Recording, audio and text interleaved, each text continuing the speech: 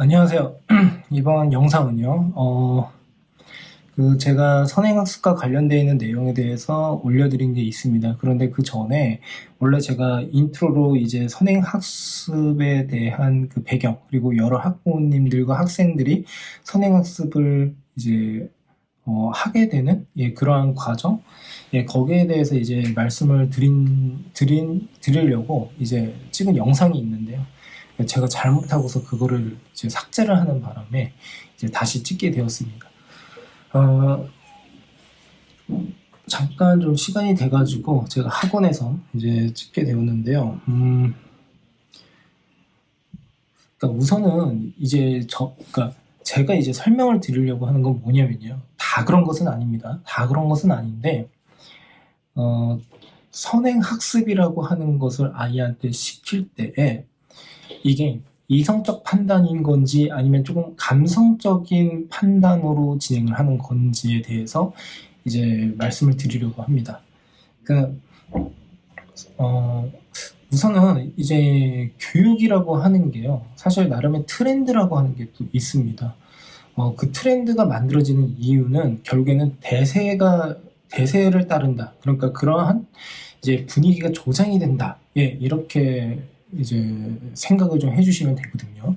그러니까 선행학습이라고 하는 것은 그 트렌드로 따지면은 벌써 이제 수능 역사가 20년이 넘었으니까 약 20년 동안은 선행학습이 꾸준하게 그런 트렌드를 밟아왔다라고 생각을 해주시면 좋을 것 같아요. 특히 선행학습이 대폭적으로 늘어나게 된 계기 중에 하나는 우선은 영어 절대평가.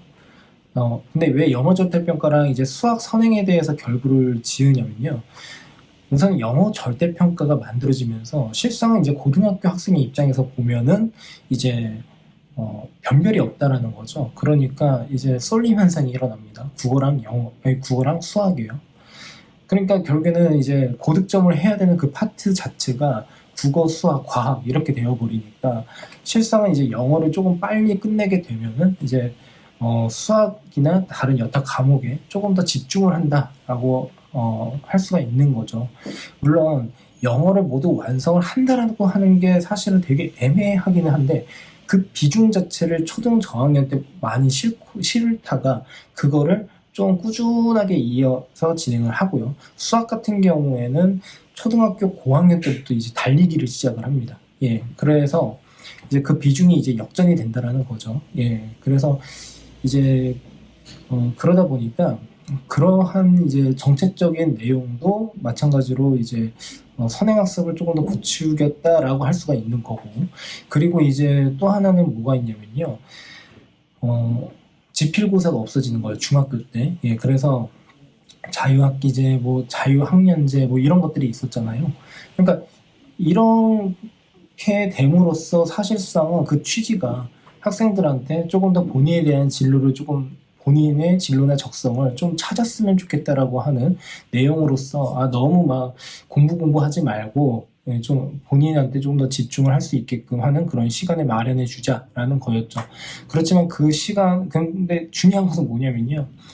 그러니까 결국에 학원을 다닌다라고 하는 게 아이의 의지로 다니느냐라고 한다면 그렇게 크지는 않다라는 겁니다. 그게 마치 아이 의지처럼 보이지만 실상은 학부모님이 이제 금전적으로 서포트를 해주다 보니까 사실상 그 주체가 학부모님이에요. 그러면 그 기간 동안에 시험이 없는 기간 동안에 그러면 이때 조금 더 바짝 해놓는 게 좋겠다라고 해서 수학 선행이 조금 더 앞당겨졌다라고 생각을 할 수가 있고, 그리고 2015 개정이 되면서 이제 개정교육과정 선상에서 어떤 일이 또 벌어졌냐면 이제 완전히 이제 축소가 됐죠. 그러니까 완전히 축소라기보다는 수학에서 본래의 교육과정 선상에 있었던 것이 삭제가 되고 또 축소가 되었습니다. 그러니까 실상은 중학교 상위권의 입장에서나 아니면 초등학교, 특히 중학교 상위권이라기보다는요, 초등학교 고학년 상위권 학생들, 특히 이 학생들이 중학교 수학 교육과정을 밟아나가는 그런 초등학생들,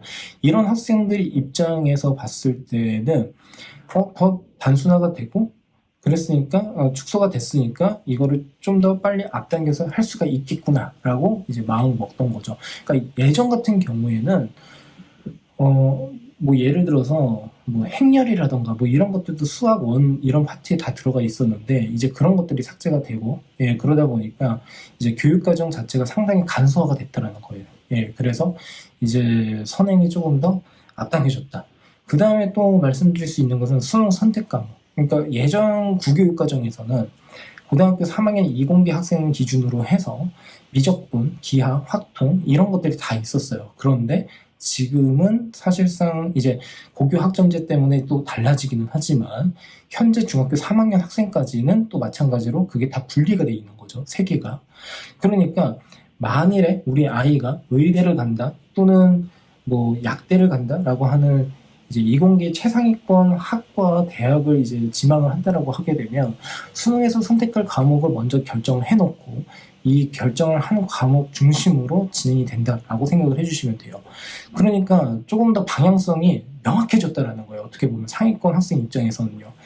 이제 또 그런데 이제 문제는 뭐냐면 보통 이 미분을 제일 많이 선택을 하거든요. 그 이유가 수학 1, 수학 2라고 하는 이제 그 과목의 학습 방향이 좀 비슷해요. 예, 미적분이랑. 그러니까 미적분을 하다 보면 수원수투를 다시 반복한다라고 하는 느낌이 들 정도로 거의 흡사하고 비슷하다라고 할 수가 있습니다. 그러면 결국에는 선택 과목으로 바뀌면서 결국에는 최상위권 학생 입장에서는 학습의 효율성을 도모를 해야 되니까 수학 1, 수학 2를 하고 기하나 확통 이렇게 가는 것보다는 이제 미적분으로 가서 좀 거기에서 좀 단단하게 만들자라고 하는 게 있었고 그리고 이제 킬러 문제에 대한 문제점이 이제 가시화가 되면서 실상 이제 미적분 30번 문제 이 문제의 난도가 점차 줄어들었습니다. 제가 생각하는 그 줄어드는 시기는 2020년도부터 조금씩 줄어들기는 했어요. 그런데 그러다 보니까 이제 미적분이라고 하는 선택 과목 선상에서 이제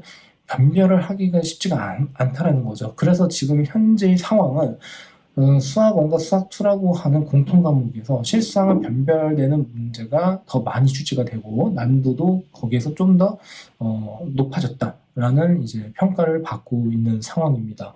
그러니까 이러한 배경에서 이제 한번 생각을 해보실 필요가 있는데요. 그러면 이제 이런 것들 같은 경우에는 실상 학생 입장에서는 학부모 입장에서 봤을 때는 당연히 뭐가 됩니까?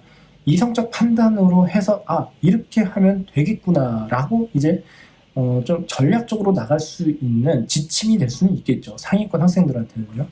그러면 여기서 이제 말씀드리고 싶은 것은 뭐냐면 이 정도의 선행을 이제 앞질러서 진행을 할 수 있을 정도다라고 한다면 이게 중학교 때 발현이 된다라기보다도 초등학교 고학년 때부터 스타트가 된다라고 보시면 돼요. 그러니까 스타트 포인트를 이제 중학교 시절로 바라보면 안 된다라는 거예요. 그러면 이 친구들은 원래는 초등학교 때부터 염두를 하고 있었다라는 거죠. 실제로 그간에 제가 의대를 보낸 학생에서 이제 수학 선행을 좀 많이 한 학생들은요 초등 고학년 때부터 했어요. 예, 그러니까 이제 그러니까 왜 이런 설명을 드릴 수가 있냐면 중학교 때 스타트를 해도 괜찮습니다. 중학교 때 스타트를 해도 되는데 그걸 염두하는 시기가 초등학교 고학년 때부터예요. 특히 초등학교 고학년 상위권. 그러면 초등학교 고학년 상위권에서는 어떤 고민이 생기냐면요. 총 두 가지 고민이 생겨요. 첫 번째는 자사고를 갈지 아니면 두 번째는 연가고를 갈지. 보통 연가고를 한 세트로 묶는 이유는 뭐냐면요.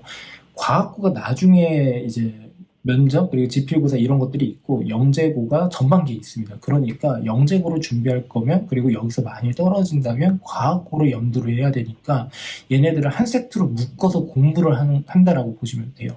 근데 제가 예전에도 그런 영상을 찍어드린 적이 있습니다. 어떤 영상을 찍어드렸냐면 연가고를 준비를 함에 있어서 좀 주의사항이라든가 지금 실제 현실이 어떤지에 대해서 이제 말씀을 드렸었고 거기에서 떨어졌을 때에 대한 리스크의 부담도 이제 본인이 좀 어느 정도 해야 된다 이런 말씀을 드렸었는데 그런 거예요. 그러니까 무슨 말씀이냐면 이거를 실제로 중학교 3학년 때 나는 영재고 과학고 쓸 거야 자사고 쓸 거야 이렇게 생각을 안 한다는 거예요. 중학교 2학년 때도 좀 늦는다. 그래서 초등학교 고학년 때부터 딱 방향성을 딱 설정을 해놓고 이 방향에 맞춰서 이제 선행을 어느 정도 진행을 할지 심화의 비중을 어느 정도로 둘지 이런 것들을 이제 염두한다라고 생각을 해주시면 됩니다. 그러므로 제가 아까 이성적 판단과 감성적 판단에 대해서 이제 말씀을 드려보면 실상은 상위권의 입장에서는 약간 이성적 판단으로 가는 경우가 있어요. 그래서 이 친구들이 그런 루트를 이제 밟아 나가면서 효과를 본다라는 거죠. 예, 물론 그 학생들 대다수가 다 성공을 하는 것은 아니다라고 할 수는 있지만 이제 대개에는 그러한 루트를 이제 밟아 나가면서 이제 결과적으로 좋은 결과를 만들어내는 방향으로 간다. 그리고 좋은 결과를 만들어낸 의대에 합격한 학생들의 다수는 선행 경험이 없는 학생들이 거의 없습니다. 예, 우선 제 주변에는 없어요. 예, 제 경험이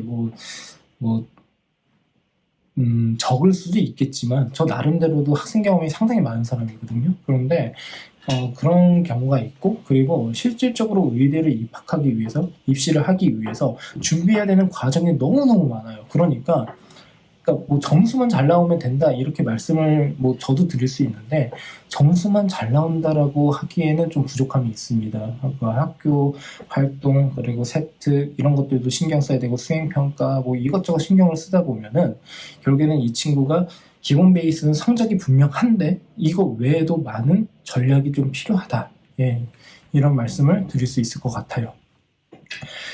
그러면 이제 제가 말씀드리고 싶은 건 이런 겁니다. 긴 시간 동안 말씀을 드렸지만 상위권의 학생에서 그러한 루트를 이제 밟아 나가는 학생들을 옆에서 볼 거 아닙니까? 다른 학부모님이나. 그러면 그 효과가 육안으로 보인단 말이에요. 아, 얘가 잘하는구나. 여기 반에서 1등이구나. 전교에서 1, 2등 하는구나. 아, 그러므로 어떤 생각을 해요? 아, 선행학습을 해야 돼. 라는 식으로 가게 되는 거예요. 왜냐면 그 효과가 옆에 딱 보이는데 그걸 그냥 무시할 수는 없는 거잖아요. 예. 더더욱이 우리 아이도 그와 비슷하게 할 수 있지 않을까라고 하는 기대감까지 올라갑니다. 자, 그러다 보니까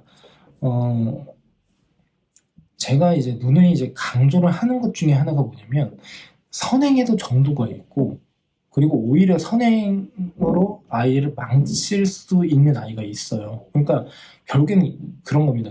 그러니까 학습의 의지가 어느 정도냐라고 하는 것은 개개인마다 그 차이가 분명히 있지만, 그게 되게 높지 않다라고 하게 되면 급선행을 또 할 수가 없습니다. 왜냐하면 학습량이 너무 많거든요. 그리고 챙겨야 될 게 너무 많아요. 복습도 시켜야 되죠. 예습도 시켜야 되죠. 거기에다가 필요에 따라서는 이제 저희 학원 같은 경우에는 단과 수업도 있고 이제 동영상 강의 그 수업도 있어요. 그런데 제가 이거 학원 홍보를 하는 게 아닙니다. 보통은 빠른 시간 안에 최대한 학습을 시키기 위해서 예습을 먼저 빨리 시켜요. 그러니까 예습을 시킬 수 있는 방법은 뭐냐라고 한다면 동영상 강의밖에 없어요.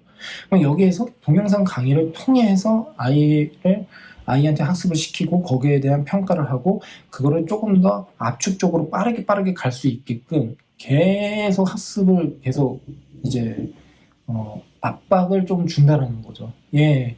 근데 굳이 동영상 강의를 할 필요가 있나요? 만일에요. 이거를 단과 수업으로 진행을 하잖아요. 그러면 몇 달이 걸릴 수도 있어요. 그 수업 전반을 다 하려면요. 그러면 학원에서 수업을 하는 것 이외의 과정을 어디서 해야 됩니까? 결국에 어디서 해야 돼요? 학원 밖에서 해야 돼요. 그럼 집에서도 해야 돼요.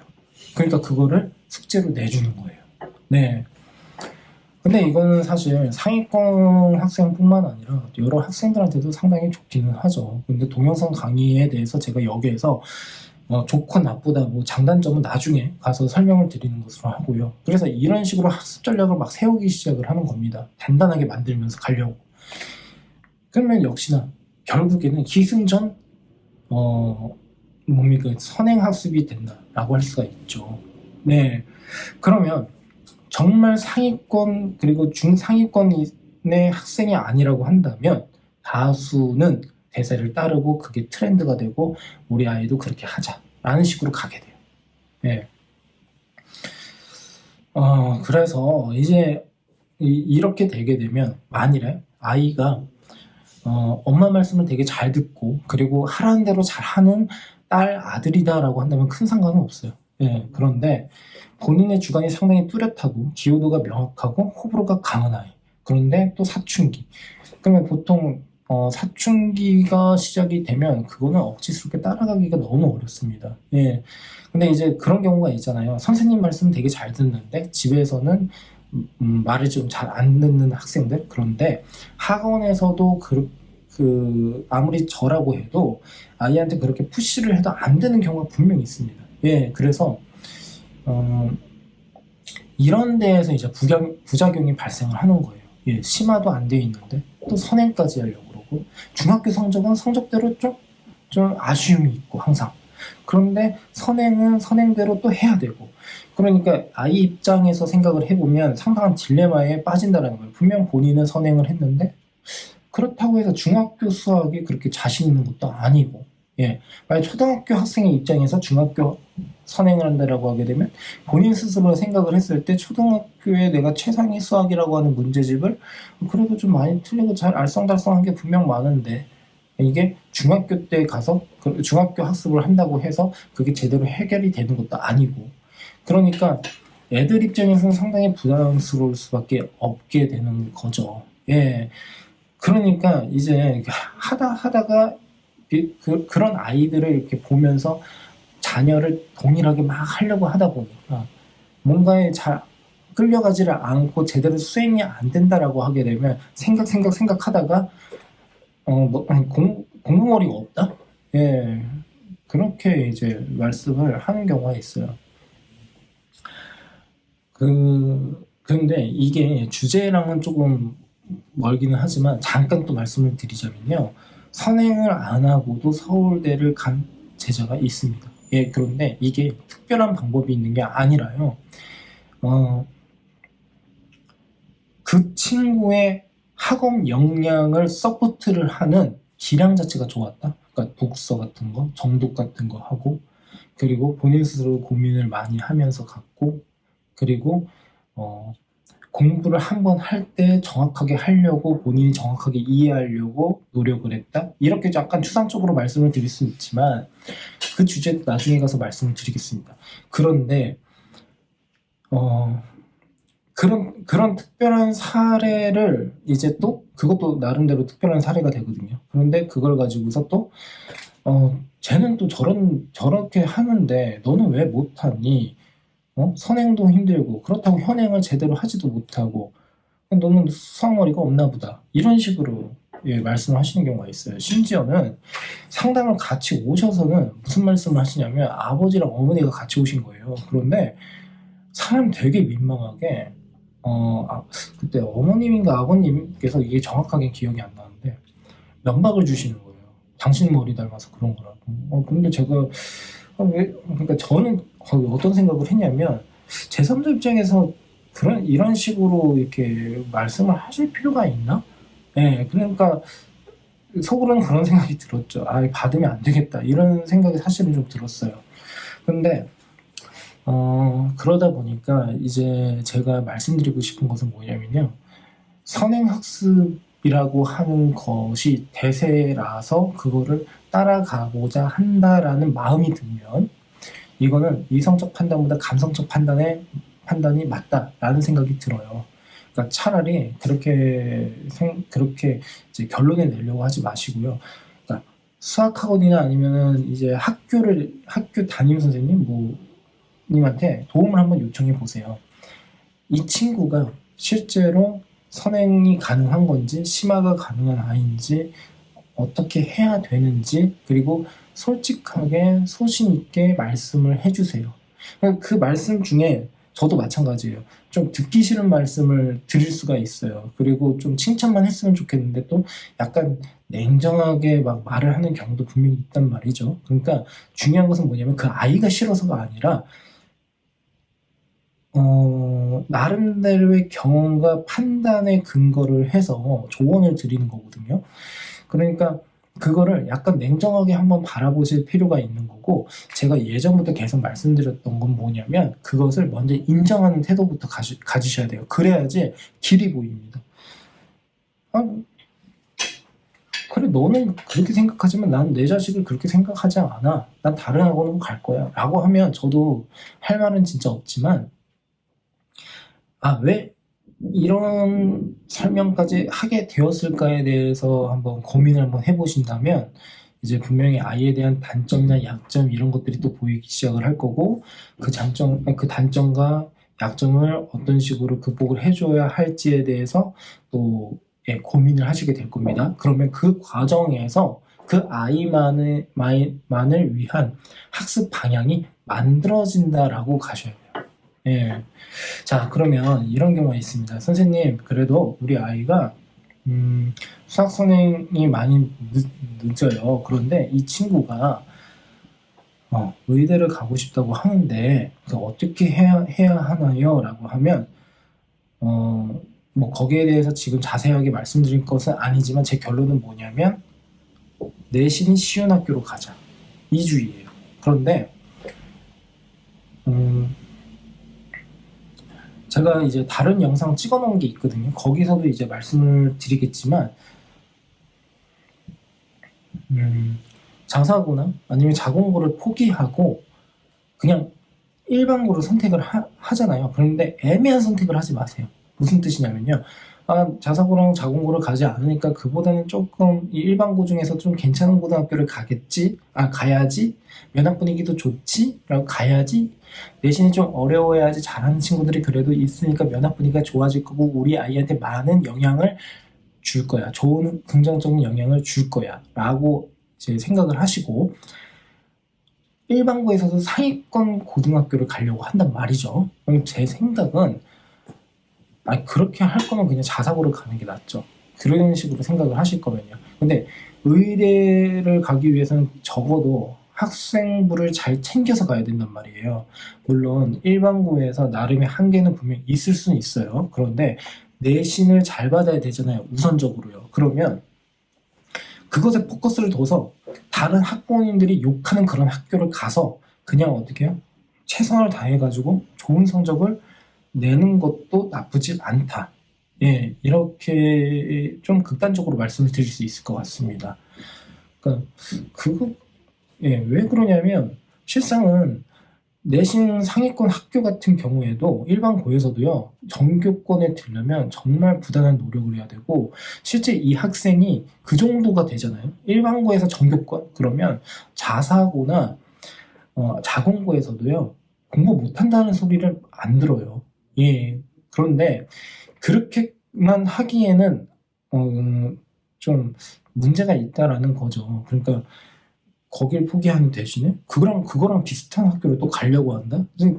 그게 조금 이해가 안 간다라는 거예요. 저는요. 예. 그래서 수학 선생님 속도가 더딘 학생 같은 경우에는 그렇게라도 한번 해보자. 라는 식으로 좀 생각을 좀 바꿔주시는 것도 나쁘지는 않을 것 같습니다. 그래서 이거는 개인의 선택의 문제고 제가 이래라 저래라 할 문제는 또 아닌 듯 해서 참고만 좀 해주시면 좋을 듯 합니다. 예, 그래서 이제 결론은 뭐냐면요. 선행학습이라고 하는 것을 당연시 생각은 하지 마세요. 당연시 생각하지 마시고요. 아이한테 할 수 있는 정도에 대해서 잘 가늠을 좀 해보셨다가 거기에 맞춰서 조금씩 시켜보려고 하시면 되는 것이고 그리고 이걸 시켜보다가 얘가 좀 잘하는데? 그러면 학원 선생님들은 절대 가만 안 놔둬요.